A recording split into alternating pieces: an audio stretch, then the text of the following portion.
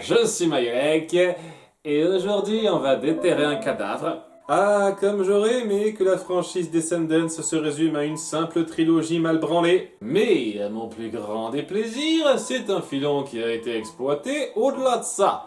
À tel point que je suis surpris qu'on n'ait pas fait de jeux vidéo dérivés. Mais à la place, on a étendu ce poignant univers télévisuel tout récemment. Mais avant de m'infliger ça, j'ai envie de me remettre dans le bain doucement.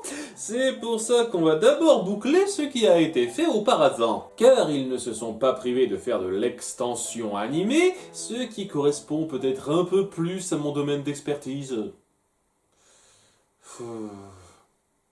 C'est parti. D'abord, directement suite au premier film, une mini-série Génération Méchant est sortie. T'as mis quoi exactement dans tes gâteaux? On dit souvent que la cuisine, c'est de la chimie, donc j'ai décidé de mélanger tous les éléments périodiques. Mais peut-être que j'aurais dû éviter de mettre du soufre. Ah oui, ça peut se manger, bien sûr, crétine. Le concept de sucre chez vous, c'est tellement étranger. J'ai retardé la critique de ce truc parce que les tout premiers épisodes ne promettaient vraiment pas grand-chose. Et en fin de compte, c'est globalement regardable. Ça me sidère de dire ça. Car dans ces 33 épisodes de 2-3 minutes, au-delà de l'aspect fi-ado-bêta de plusieurs épisodes et l'écriture ponctuellement naze... La mode néon fluo, c'est vraiment phosphorescentiel, non? Une table qui flotte dans les airs, j'hallucine. Waouh, j'ai dit j'hallucine, pas je veux une piscine. Trop classe. Oh non, il a pas dit glace. Autant s'en débarrasser tout de suite. Arrête de faire des jeux de mots vaseux. Ça essaye de filer un récit complet en travaillant un peu les transitions d'un point à l'autre. Souvent, un élément instauré dans un mini-épisode anodin jouera dans un mini-épisode futur plus important. Il y a même quelques références au film, ci et là, qui sont pas dégueux. J'ai transformé ma mère en lézard pour les habitants d'Oradon. Qu'est-ce qu'il faut que je fasse pour vous inspirer confiance? Tu me marches sur les pieds comme la dernière fois. Désolée. Moi qui m'attendais à des pastilles comiques et cervelées, on m'a donné une histoire globale un peu recherchée, et je vous cache pas que ça m'a un peu pris par surprise. Bon, l'aspect girly se ressent pas mal par contre, les mecs étant la majeure partie du temps absents et n'ayant aucun rôle véritablement important. On se centrera surtout sur Mal et Evie, alors qu'elles poursuivront leur voie d'intégration à Oradon en se créant un cercle d'amis avec Audrey, Jane, Ali, la fille d'Alice, il y en a encore qui s'emmerdent pas pour le nom de leur enfant, Jordan, la fille du génie, enfin je crois, elle vit dans une putain de lampe, Lonnie, à moitié, et une dernière qu'on ne va pas tarder à introduire, puisque c'est un récit structuré en mini-arc qu'on va un peu décomposer au détail. Parce que, oui, c'est loin d'être génial non plus. Bref, les premiers épisodes sont sur notre duo central, qui se fait accidentellement un peu mal voir malgré elle. Je crois que j'ai vraiment un problème d'image. Mais ça va un peu se chambouler quand, après avoir frotté la lampe de Jordan que Jay a piqué hors champ, Mal a la capacité de faire des vœux sans le savoir. Ce genre de choses n'arrivait jamais sur l'île de l'oubli. Je voudrais qu'on rentre tous chez nous. Mais rassurez-vous, elle finira par souhaiter qu'il revienne sans le faire exprès. Si seulement je pouvais demander à Jordan comment... Est-ce que ça veut dire que techniquement, Jordan est une génie non libérée? Comment on sort d'ici? Comme vous y êtes entré, en souhaitant sortir. Vœu numéro 3. Parce que si elle est libre, elle devrait plus exaucer de vœux comme ça maintenant. Cette série manque beaucoup de clarté là-dessus. Enfin bref, durant la période où ils sont piégés sur l'île de l'oubli, est plutôt calme, somme toute. Comment on y accède? Il y a de la boue partout. Ah mon Dieu, cette flaque de boue facilement contournable est la pire chose qu'on puisse croiser. Aimer la boue n'est pas un truc d'enfant de méchant. Il n'y a que Mal qui adore ça. Ils tomberont sur la dernière membre de leur bande de filles. Tiens, tiens, tiens, les célèbres enfants d'Oradon. Ça va, Freddy, tu peux rentrer tes griffes. Et par cet heureux concours de circonstances, la fille de Facilier va se joindre à Oradon parce qu'elle a eu la chance de se trouver là. Ça te dirait peut-être de venir avec nous à l'école d'Oradon? Une de plus? Le coup de chatte!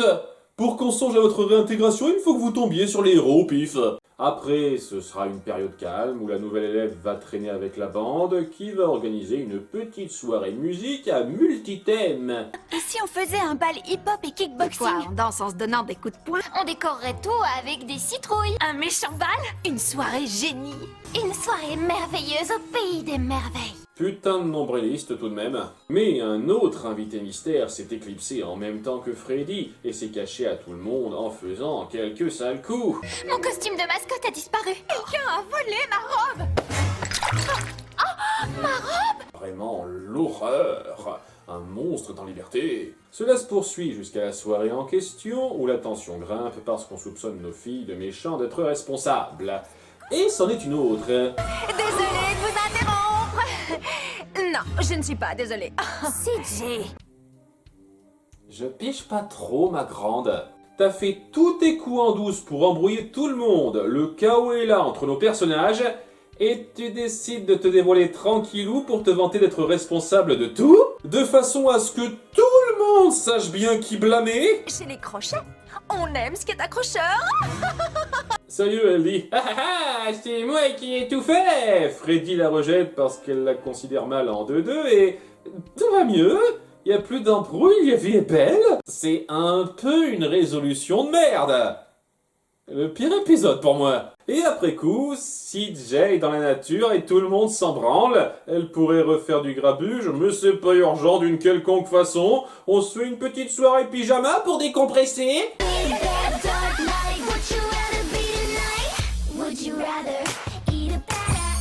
Alors, ça c'est assez bizarre. Il y a une moitié des chansons qui est traduite et pas l'autre.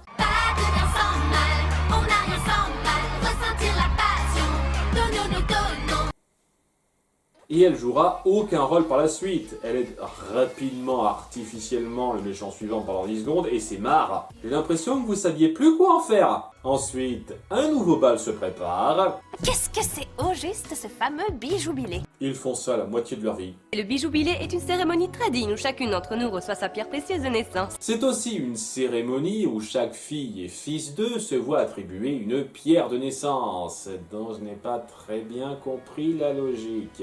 C'est une pierre précieuse qui se crée quand on vient au monde.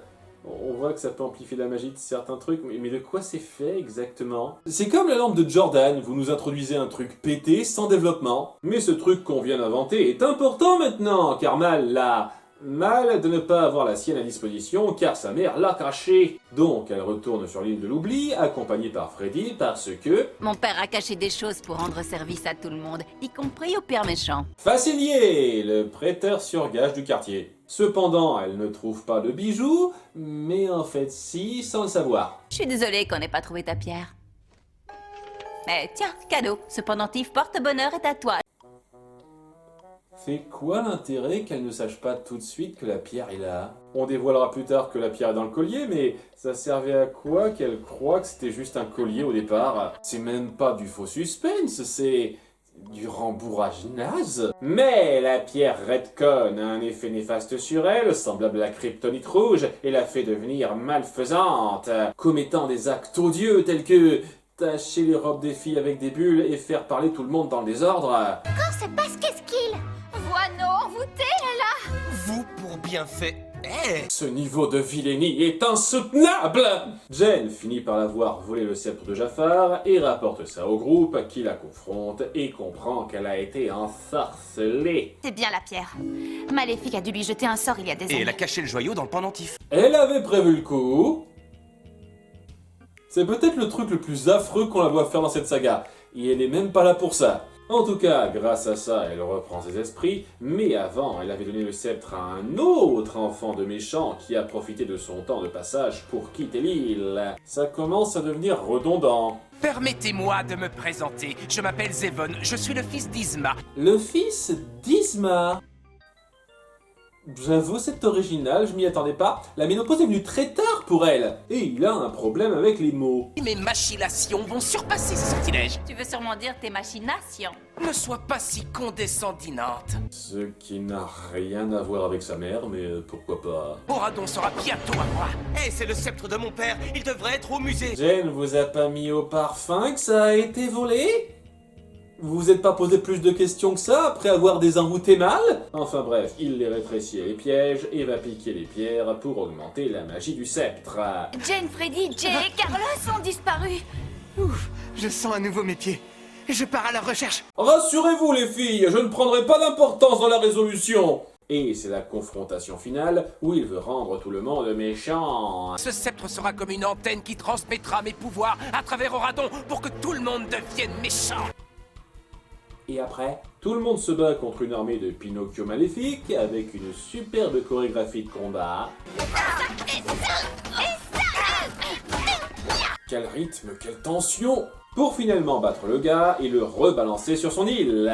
Mais pas CJ parce que c'est une fille, je sais pas. C'était franchement le mieux de ce que cette franchise a fait.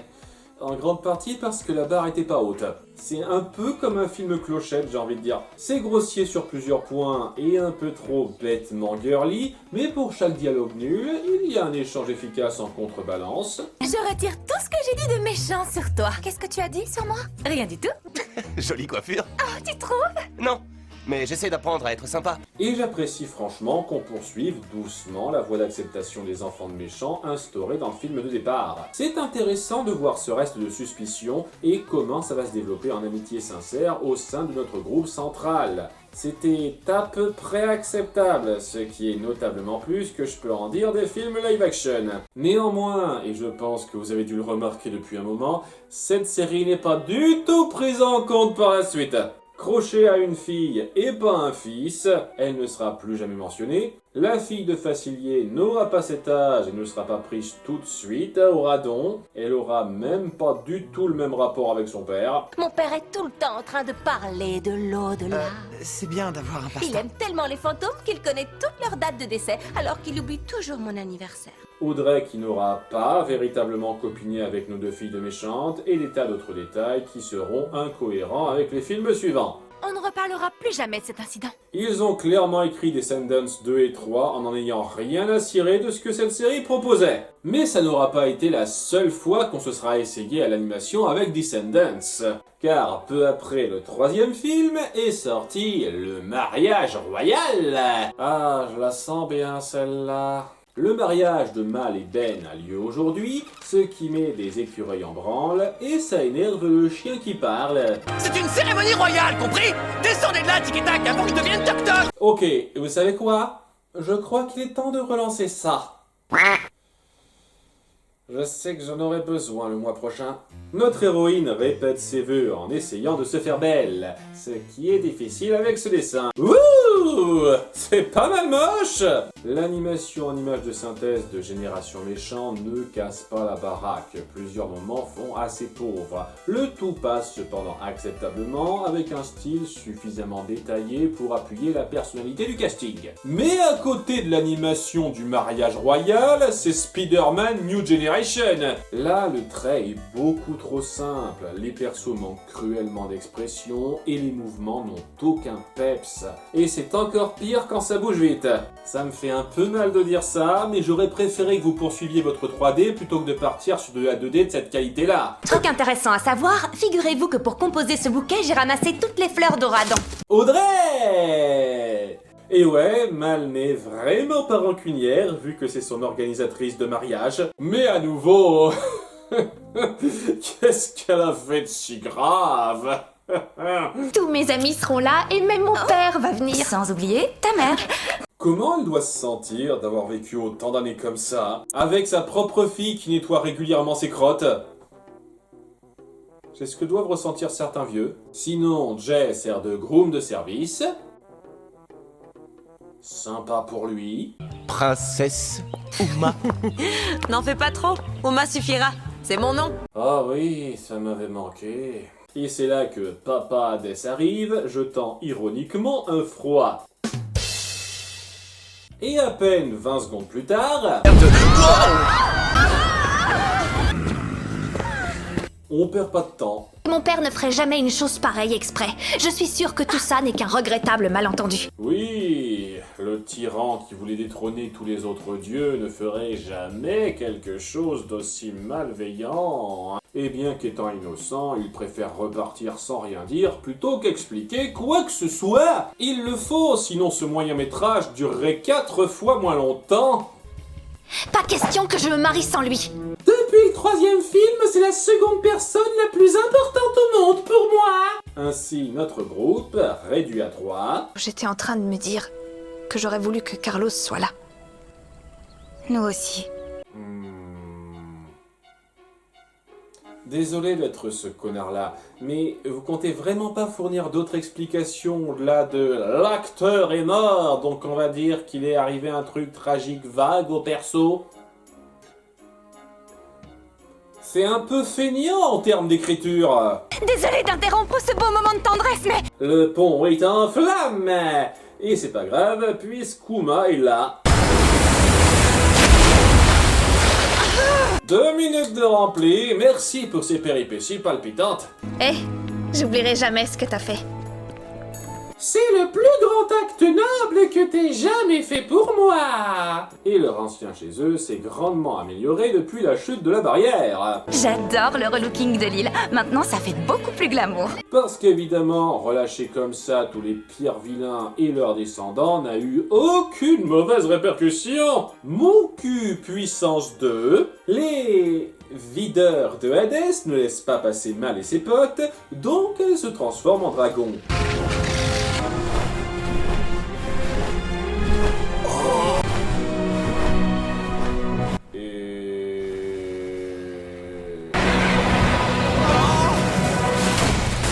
Wow, doucement, doucement, Mal.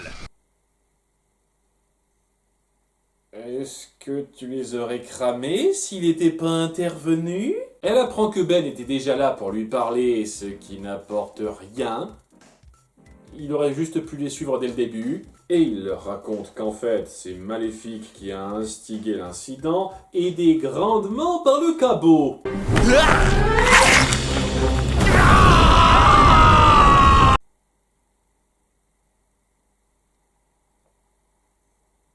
Il y a des gens qui se font payer pour des trucs comme ça. Et bien entendu, il fallait que Hadès l'explique. Aucun témoin direct ne pouvait le préciser. Merde, le chien pouvait pas simplement leur dire? C'était complètement illogique de garder secret cette révélation moisie. Au secours! Je crois que je suis en train de prendre feu! Non, espèce de débile, ferme ta gueule! Et aussi, ce flashback s'étend sur 1 minute 30, alors que ça a duré 20 secondes plus tôt, je rappelle.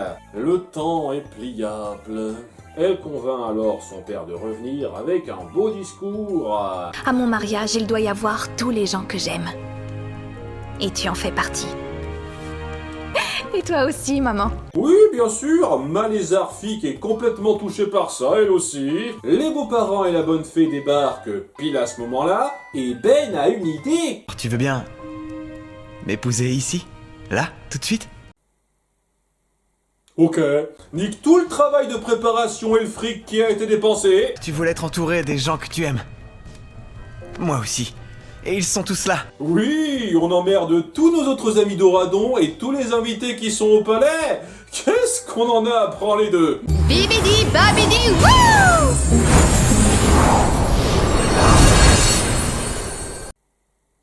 Et puis si c'est pour faire ça, qu'est-ce qu'on s'en fout d'où on se trouve en fait? Bref, cérémonie, chanson, bla bla bla. Mal, Bertha. Avec cet anneau, je me lie à toi. Son nom de famille est Bertha? Ça vient de Maléfique ou Hadès? Le mariage royal est un épilogue chiant qui ne raconte rien, et une façon plutôt fade de terminer l'arc de ces personnages. Mais il est possible qu'une autre histoire commence bientôt. Ailleurs. T'es sûr? Tu veux pas rétracter?